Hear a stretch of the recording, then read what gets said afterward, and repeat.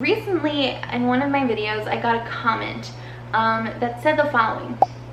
The truth is, Pitbulls are dangerous and unpredictable. Banning this breed nationwide would be a good start. This comment kind of put me in a rabbit hole, or actually just got me very curious to see how many people shared the same sentiment. So over on my Instagram, I went and did a poll, and 97% of you guys disagreed with this comment, but 3% of you guys agreed. So this just kind of got me wondering, like, why is it that people feel so strongly about these dog breeds? So if you are interested in this topic of should dog breeds be banned or not, keep watching, and don't forget to subscribe to our channel so that we can put out more content like this.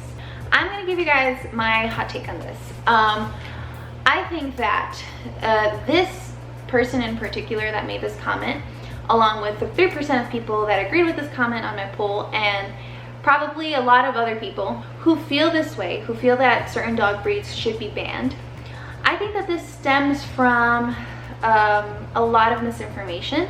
I think that it stems from ignorance regarding you know, how dogs should be raised and all of the factors that come into play when it comes to a dog's behavior and what causes reactivity or aggression or any kind of problem behavior. I think that it stems from a place of fear, from not knowing things, because when people are seeing something different, or people feel uncomfortable, their first knee-jerk reaction is to be totally against it. It's just human nature. And I think it also stems from the media portraying these certain dog breeds as vicious and really highlighting when there is some kind of attack or something of that nature. It's just more shocking, and it makes better news. I think that that is what it stems from. So I think that the most common issue that people think about when they think about pit bulls, or like the misconception that is behind the breed, is that they were fighting dogs, that they were bred to fight other dogs. So because of that, they're very vicious and they shouldn't be around people, around humans, around anybody. So your girl went ahead and did some digging. I wanted to know what was considered the most aggressive dog breed. And you guys are ready? You guys are ready to hear it? Drum roll, please.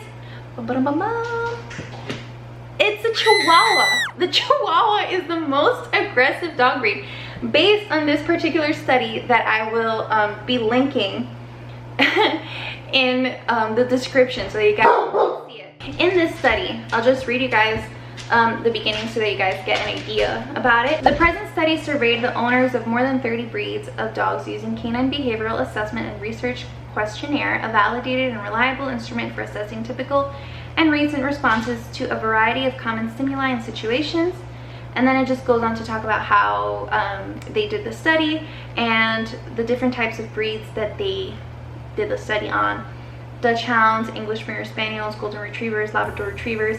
And they actually go in depth to show what type of aggression the dogs had. So was it just towards people? Was it just for dogs? Was it for both?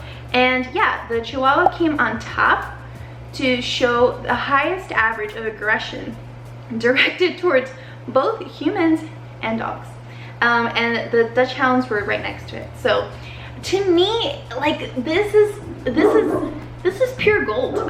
They also did have pit bulls in here, and Akitas as well.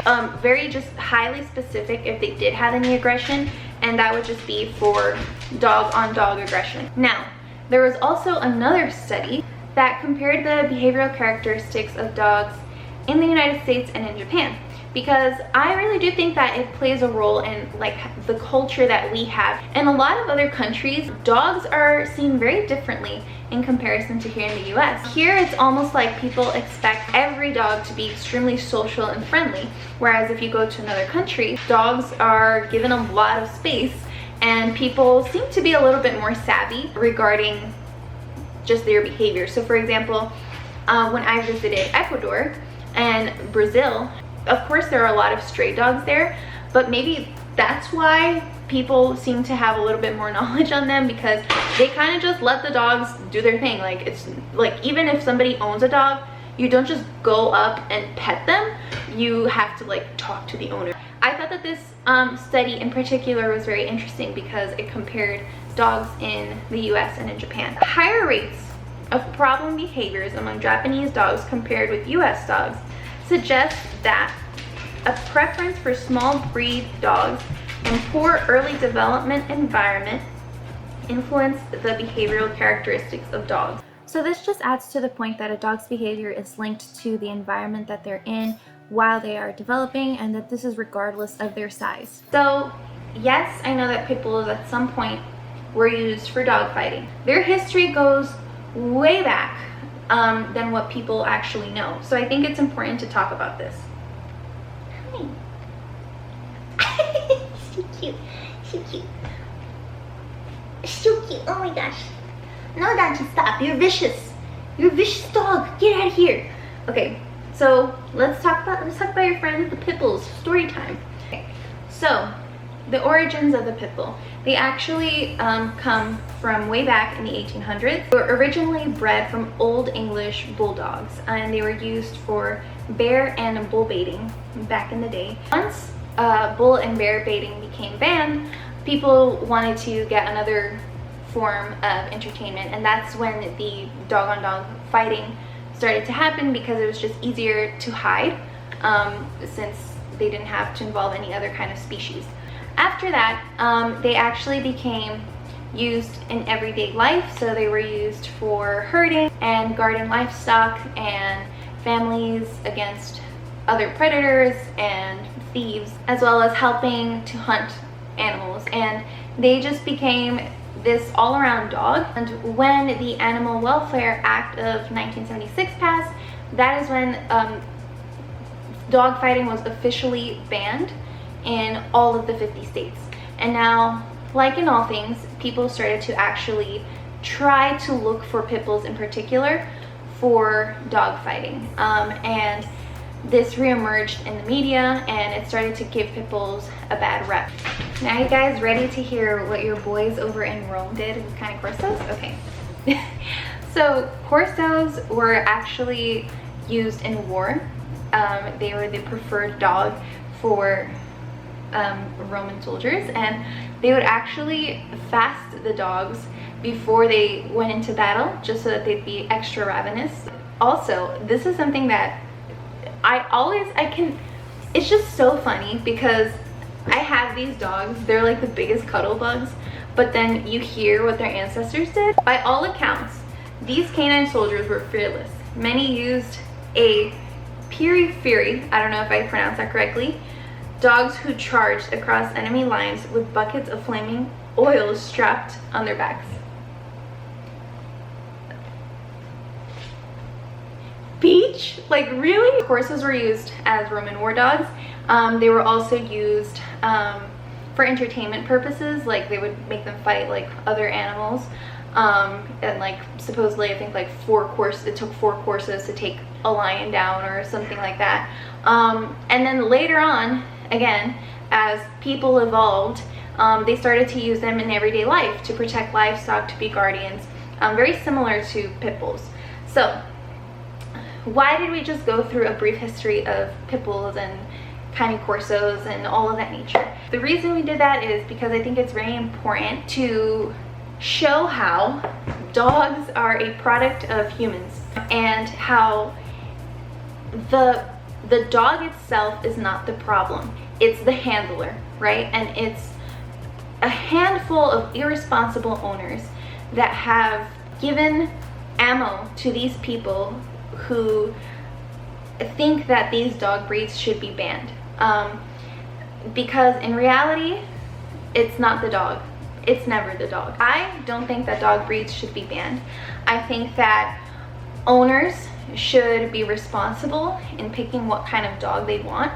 I think that there is a dog breed for everybody, and that you need to take those things into consideration before getting a dog. So how much do genetics play a role in the dog? They do play a role. You know, Dante, his ancestors literally put him into battle for their enemies. Will Dante like strangers as much as a golden retriever?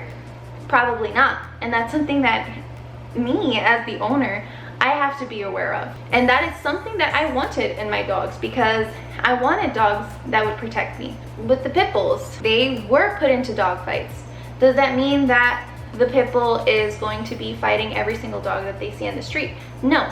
Does that mean that they might not particularly like every dog? Maybe. So as the owner, you have to make sure that you're paying attention to that stuff. Just because Dante, his ancestors could carry like flaming oil, doesn't mean that I'm gonna put flaming oil on him and just let him run around the house. Like, that's, times have changed. I think that dog breeds should not be banned. And I mean, just think about it. Like, there are so many things, like cars, for example. Cars can kill people. They do, in fact, kill people all the time. Does that mean we should ban cars? No, it doesn't. It just means that people need to be more responsible and stop making irresponsible decisions. What is really the problem? Why do these people pin things on pit bulls, Rottweilers, Cane Corsos? Because of all the things that I mentioned earlier in the video, and because of the biggest factor that I think is because they just look intimidating. They look scarier. So people just, you know, think, oh, big scary dog must be way more aggressive. And they don't see things like, oh, actually the Chihuahua is the most aggressive dog with people and dogs, according to that study. So again, it makes me kind of laugh, because I just feel like it was a very ignorant comment, and that person later on went to edit their comment. They still stuck to banning this breed nationwide would be a good start. Those stereotypes happen to be based on fact. The breeds you mentioned as having stereotypes are more dangerous and do damage when they attack. You can have a golden doodle that is completely vicious because they had the wrong upbringing, because they were abused, because the owners didn't know how to train it.